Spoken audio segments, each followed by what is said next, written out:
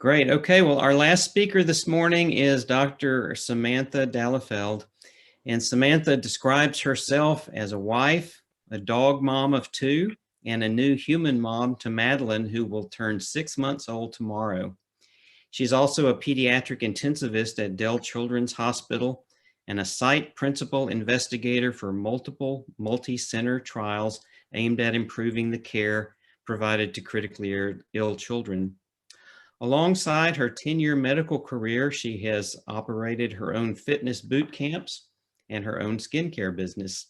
She's also an Instagram influencer, and you can find her, let's see, at SamDeeMD. So that's at SAMDEEMD,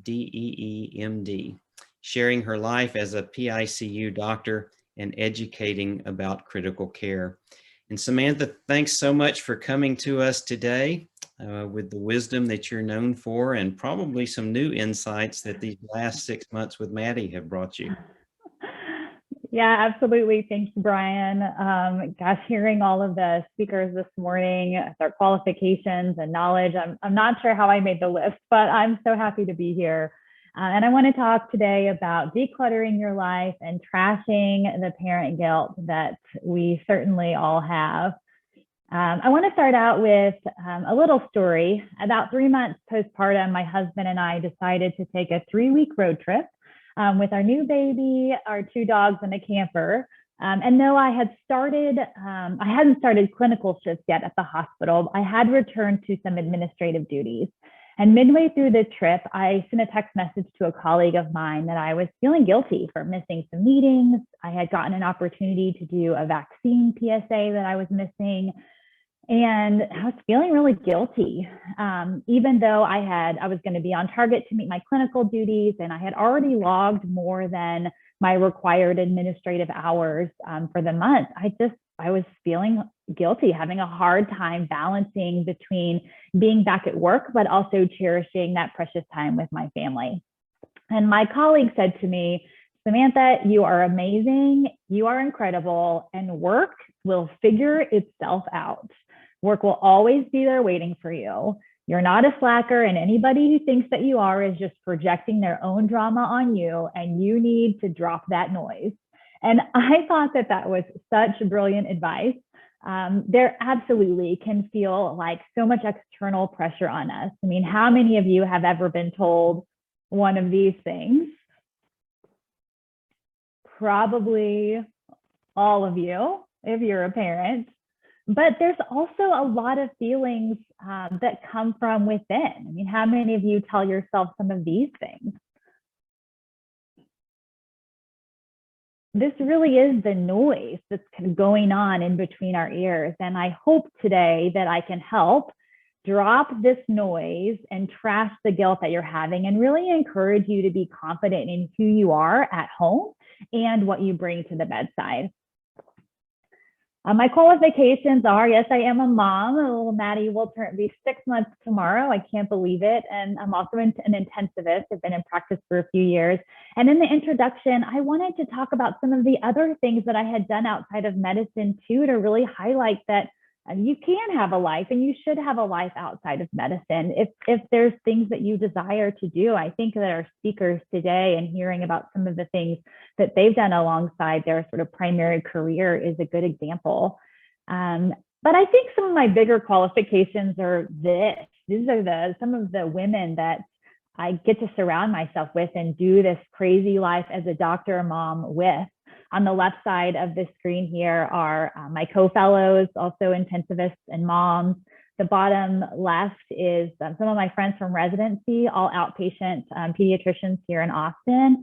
The top right is my sisters and my mom and all of our daughters. There is a brother and some sons in the family, but didn't make this photo. And then in the bottom right are some PAs that are on my team at the hospital that are also moms. And I certainly feel a responsibility to support them and advocate for them. And I feel like they're good supports for me, both at work and outside of work.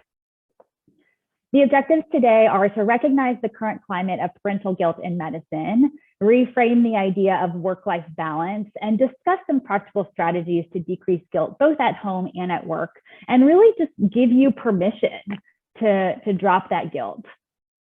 And I want to do a quick caveat to say, while a lot of this might seem directed at moms, that is because it's my perspective, but so much of this applies to fathers. And I think you'll see that a lot of the practical strategies at home apply even to folks who aren't parents and just have things that they're passionate about that they want to do outside of medicine. So let's talk about climate. And I don't want to spend too much time here because we already know a lot about this. This is where we work. The climate is what we see every day. And I want to be able to spend a good amount of time on the practical strategies at the end. But I do want to mention a systematic review that was published in 2018, looking at peer-reviewed articles published about the experiences of mothers in medicine. And two core themes really stuck out for me. The first is the impact of being a doctor on raising children, and the second is the impact of being a parent on a medical career. So first, the impact of being a doctor on being a parent. And this includes decisions on whether to have children, when and how many children to have, and what effect that's going to have on the ongoing career of a mother or father. Multiple studies have reported that physicians delay having children to prioritize advancements of their career, and you'll see some of those statistics here. Unfortunately, delaying having children can affect a woman's ability to conceive. Advanced maternal age is associated with increased risks of complications during pregnancies and increased risks of needing medical interventions for either mother or baby. And these implications may not be considered by women when giving priority to career opportunities, but certainly impact the decision down the road to have children. And deferring having children or deferring the decision to have a second child and then just never really getting around to it is a big regret of more than one physician that I know. In this Egyptian study, 80% of women physicians had smaller families because of career advancement. And that is, those numbers are similar here in the US as well. And physician work hours can be really taxing on families. In one study, male surgeons with kids were almost 3 times as likely as childless surgeons to report family strain. And over a third of women physicians believe their career negatively affected relations with their children. And while there is strain on the family, I don't want to ignore the strain on the physician. I mean, missing milestones, your children's milestones is actually a big regret of a lot of physician parents. Next, I want to talk about the impact of parenthood on careers. And this includes the responsibilities and preferences associated with pregnancy and parenthood on career motivation and the perceptions that we have of motherhood and pregnant colleagues. Multiple studies have found that motherhood does not reduce the motivation of female doctors to return to work, although some will tend toward more family-friendly specialties. But we do know that physicians often change their work plans to accommodate childcare, acute childhood illnesses, educational activities, and other parenting responsibilities can also really affect decisions about work. And I really love these graphics because this feels like my life. On the left, you're thinking about what am I going to make for dinner and have I ordered diapers and did I refill the diaper drawer? And meanwhile, you have these pump carts you're trying to wash and there's laundry to do and you're covered in vomit. And, on the right-hand side, this is me Thursday night. I was trying to get done with my night rounds and the ER was calling me with a sick admission. And meanwhile, I'm like, I have got to pump. And I'm trying to figure out, can I do that before the kid gets here? Should I stop rounds early and then finish rounds after? Or should I just delay pumping and try to get the admission tucked in and then do it later? But this is sort of the environment that a lot of us, particularly new moms, live in, but certainly on this graphic on the left side for all parents. And certainly I want to say every family unit is different, but we know that a lot of domestic responsibilities often fall more on one person, and often that is mom. And another challenge for women is the negative perceptions that we have of our pregnant colleagues. As much as we probably don't want to admit it, doctors have reported greater workloads when working alongside pregnant doctors, and they've rated pregnant colleagues as less productive. one US study reported that 45% of program directors had their hiring decisions were influenced by disclosures from potential employees about pregnancy or pregnancy plans. Thankfully, the US data is showing that support from program directors and other faculty staff for hiring and retaining female doctors has increased over the past decade. But this is certainly a concerning problem. And the quotes that you'll see here are taken from a qualitative analysis that was published in the British Medical Journal back in 2018 on physician mothers' experience of workplace discrimination. So things like, despite meeting my RVU goals, I was told I didn't qualify for a raise because I hadn't been productive enough, or I wasn't considered for assistant medical director position because it was assumed it was going to take time away from home by my director. Had an OR day given away when they got back from maternity leave, and told that taking maternity leave was a bother to everyone and I couldn't just keep going on vacation for 6 weeks. And other gender biases certainly exist in the workplace, from financial inequalities to lack of pregnancy and postpartum support. And men and women are often siloed. Women are viewed as being unavailable or unwilling to complete tasks or work extra hours because of things at home. And men are viewed as the breadwinner. And I've seen more than one marriage of male physicians fail because they really felt the burden of having to prove themselves in the workplace, and in pursuit of that career or career advancement, it stole time and energy away from home. And so, by no means is this an issue that's isolated to women. And finally, this is unfortunately so true, right? We expect women to work like they don't have children and raise children as if they don't work. And we just can't give. It's mathematically impossible to give 100% to both all of the time. But that doesn't mean that you aren't 100% committed to both your family and to your job. Or it doesn't have to mean that. And so that leads me into the work-life juggle, which I think is a lot better term than work-life balance, because do you really feel like you ever have the balance between the two? I love this quote by James Patterson. Imagine life as a game in which you're juggling 5 balls in the air. The balls are called work, family, health, friends, and integrity. And you're keeping all these balls in the air. But one day you finally come to understand that work is a rubber ball. If you drop it, it will bounce back. The other 4 balls are made of glass. If you drop one of these, they'll be irrevocably scuffed, nicked, perhaps even shattered.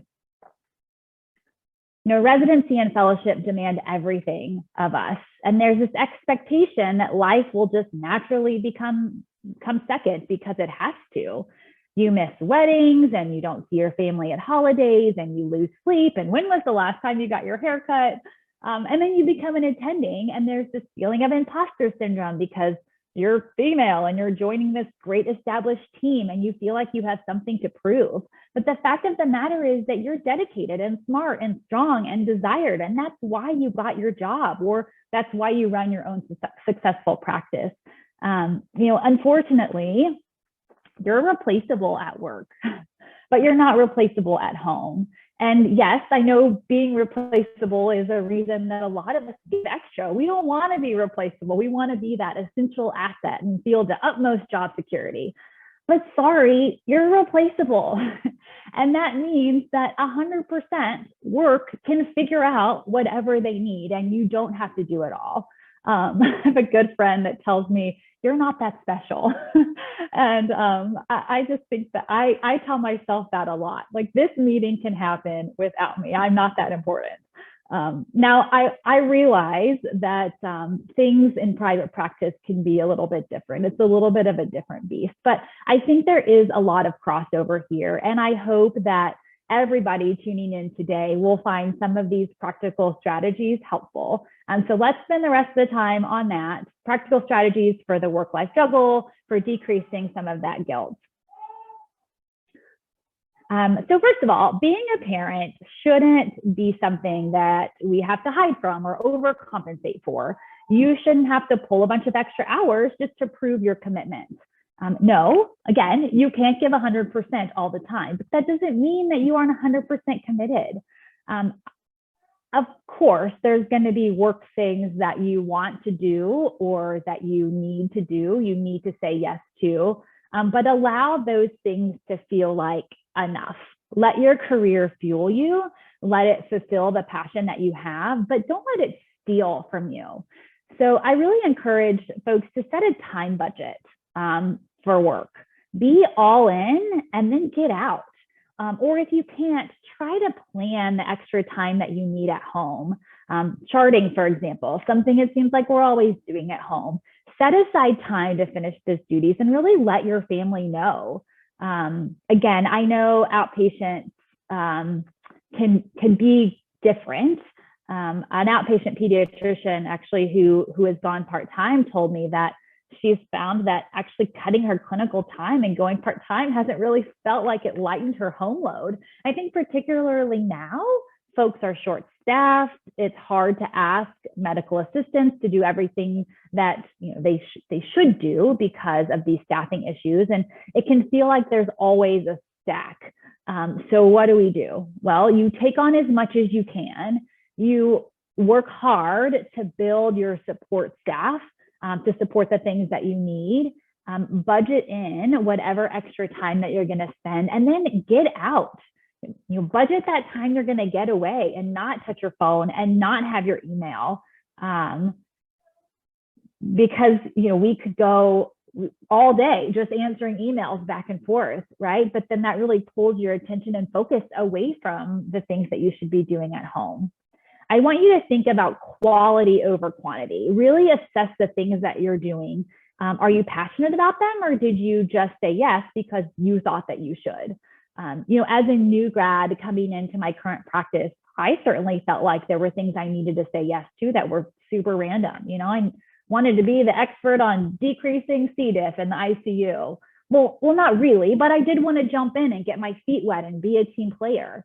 But over the first few years of your career, or in the years going forward, start to hone in on what you're really excited and passionate about, and start to say no to things that you're not, or I'll pass, or I'll find someone who could do that thing, or be on that committee, and say yes to things that really align with your interests and your career goals. Ultimately, what are you going to be the expert in? How many doctors do you know that you would describe as that person who just knows all the things about all the things and is on all the committees, right? Like Caroline is the blood and anticoagulation person and she chairs BloodNet. And David is the graduate medical education chair and he's the education guy. And Corinne is the biostats guy. And Ira does mechanical ventilation. And Lauren is the advocacy girl. That's my world, right? Everybody has their thing. So what is your thing? And allow your yeses to be things that really, sure, add value to your group and add value to your profession, but also add value to your life, and align with what you want in your career. And I really believe that once you establish that, once you really hone in on your focus, what you want your expertise to be, then you become this confident physician who knows what he or she wants. And you have a defined, clear career path. You're seen as being very dedicated to that path. And this occurs without doing immensely more than other people just to prove you're worth it. It also becomes easier to know what to say no to and what to say yes to. And opportunities that align with that tend to more easily come your way.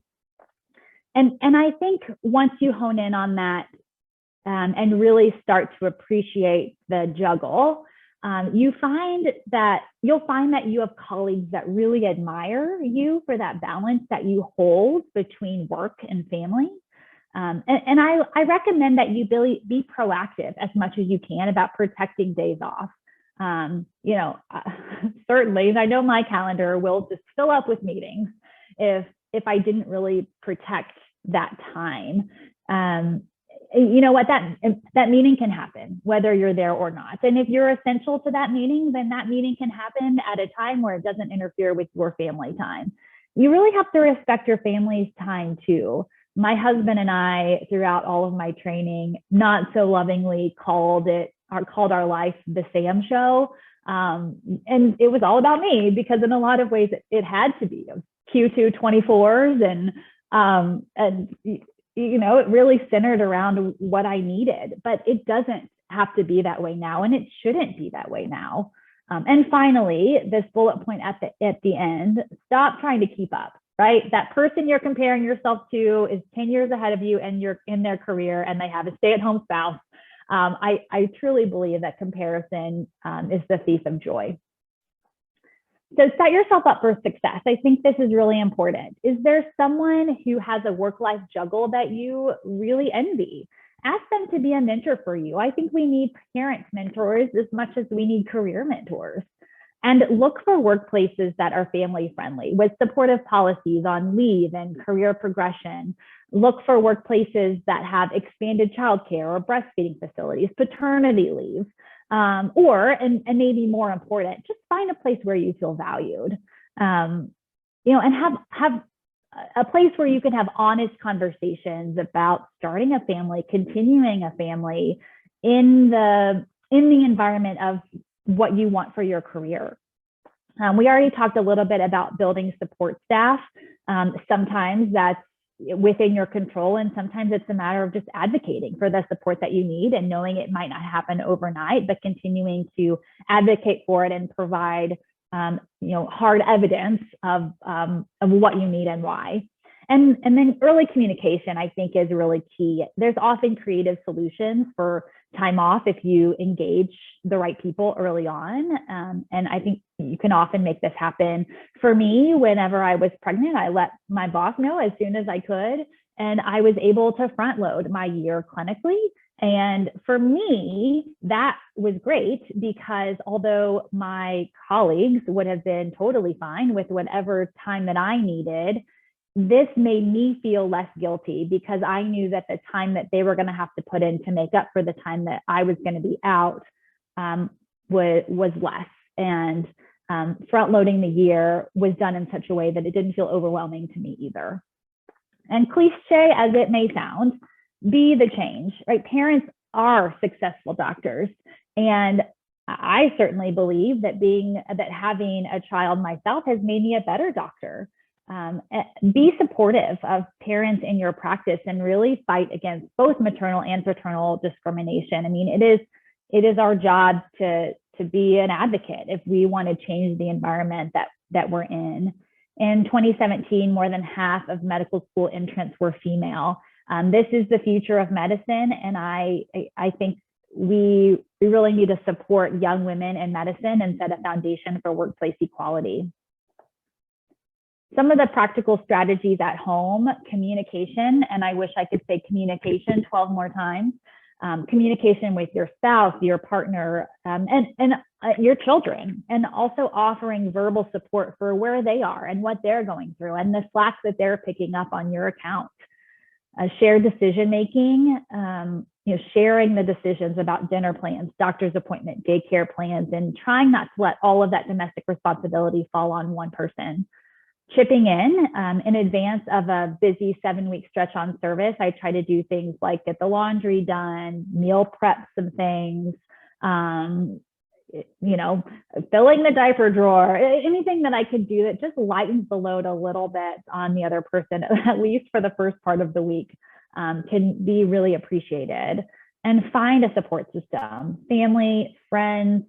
This picture here is some of my residency colleagues. We have a text message group, and there's just constantly, whether it's medical questions or life questions, or my child did this really embarrassing thing in public, and how would you address this if it was your child? Or, hey, I'm having these feelings or this guilt, and having that sounding board. I can't stress enough how important that is. And outsource things that don't bring you joy. Dr. Owens mentioned filling your cup in her lecture at the beginning of the morning, but you really want to think of your cup as stores of mental, emotional, and physical energy. And you can't pour from an empty cup. So you want to do things that really fill your cup.